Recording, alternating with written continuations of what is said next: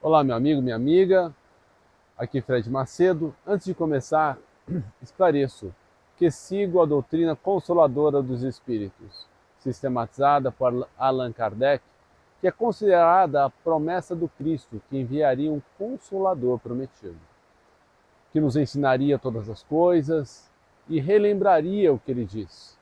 Essa doutrina tem como pilares a existência de Deus, a imortalidade da alma. Opa, tem um bicho aqui em mim. Pluralidade das existências e a pluralidade dos mundos habitados, além, claro, da comunicabilidade dos espíritos. Essa história é baseada em fatos reais. Vamos à mensagem, com pequenas alterações para proteger os encarnados.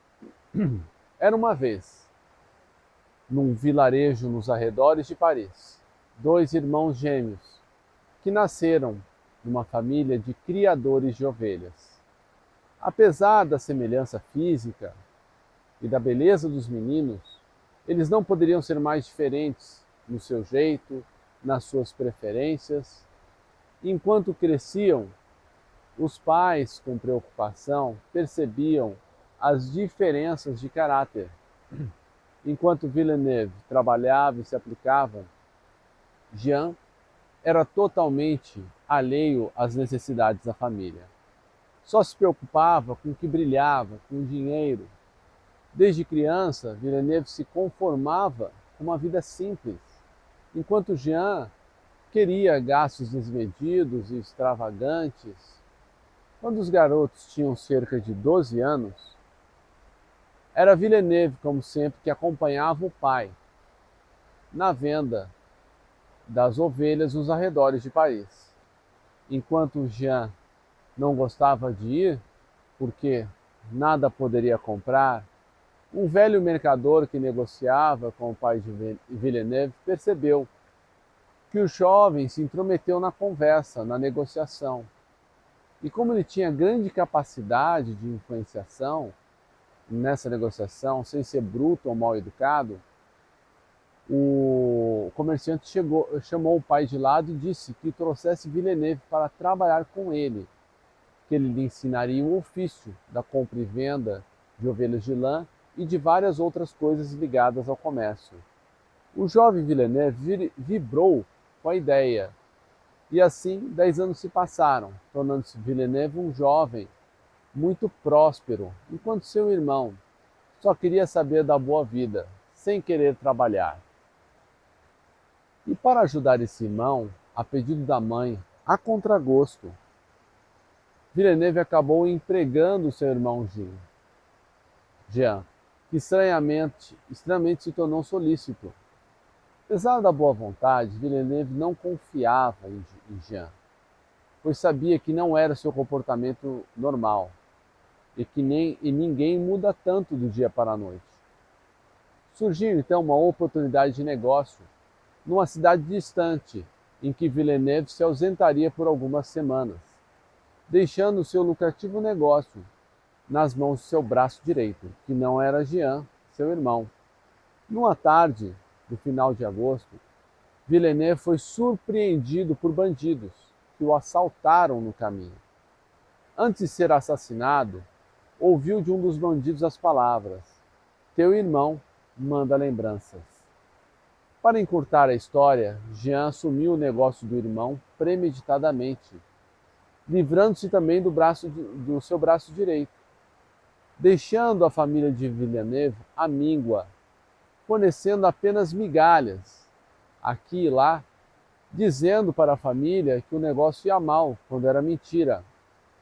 Mais 10 anos se passaram.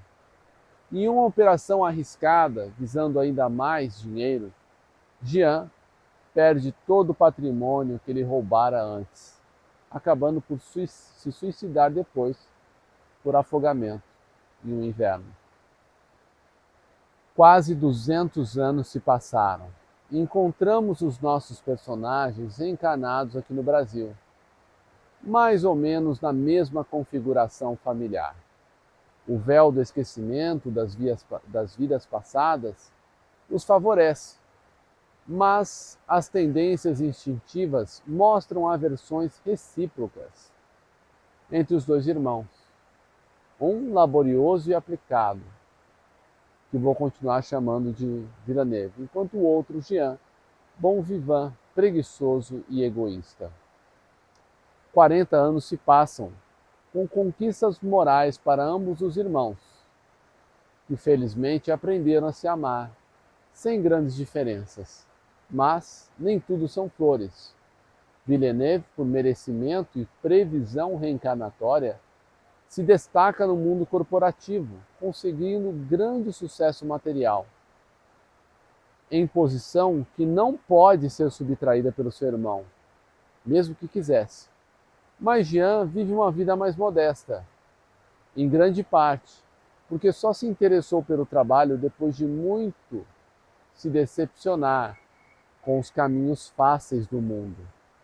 Há também uma trava magnética em seu caminho, fruto do planejamento reencarnatório que ele mesmo pediu, que fosse limitado o acesso à fortuna, a uma situação financeira privilegiada, o que ele sempre acabou por ressentir em seu coração. Apesar de se tornarem amigos, Jean ressentia e invejava o merecido sucesso do irmão, que lhe incomodava nas suas fibras mais íntimas, sentindo também que o irmão usava de seu sucesso para lhe diminuir, embora não fizesse isso conscientemente. Jean, pela doutrina espírita, se transformou muito, e devido ao seu mérito e necessidade, pelas palavras amigas do mentor, pôde entrever os dramas do passado, situação excepcional, para que compreendesse as limitações materiais como bênçãos e não como castigos. Jean deveria sempre assistir e ajudar seu irmão, resignando-se com a sua situação de inferioridade material, ao mesmo tempo como prova e expiação. A dor moral que sente é fruto de sua consciência culpada. A inveja que vez ou outra o assalta ocorre porque precisa reviver a mesma situação em que falhou miseravelmente. O irmão Villeneuve não sabe exatamente por que acaba humilhando Jean, sentindo remorso com sua conduta, e ao mesmo tempo sente também inveja do irmão que, apesar de levar uma vida mais modesta, aos seus olhos lhe parece mais feliz. Percebe então que a abastança material, além de não lhe trazer uma felicidade real, sequer lhe confere o contentamento que em certos tempos sentia. Só o amor, a renúncia e a resignação de ambos poderá conduzir nossos personagens à reparação e ao equilíbrio espiritual. As limitações de toda ordem que nos brecam e nos apresentam limites são bênçãos, são as mãos do Pai Maior, evitando que possamos cair nos mesmos abismos que nos precipitamos antes. Essa história, querido médium, é ditada por um irmão reencarnado em desdobramento pelo sono, o qual eu, seu guia, apenas o auxilio, para que os detalhes venham à tona. E mesmo que em algum momento os irmãos tomem conhecimento desta mensagem, as informações e os detalhes que são revelados não os prejudicarão nessa jornada, já que ambos possuem discernimento para compreender e ressignificar o passado, reforçando suas condutas no bem e no apoio mútuo.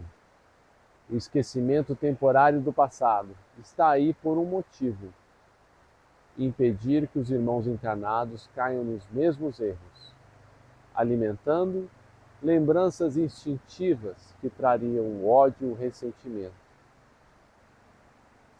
Isso se a revelação fosse plena. É por isso que ela é excepcional.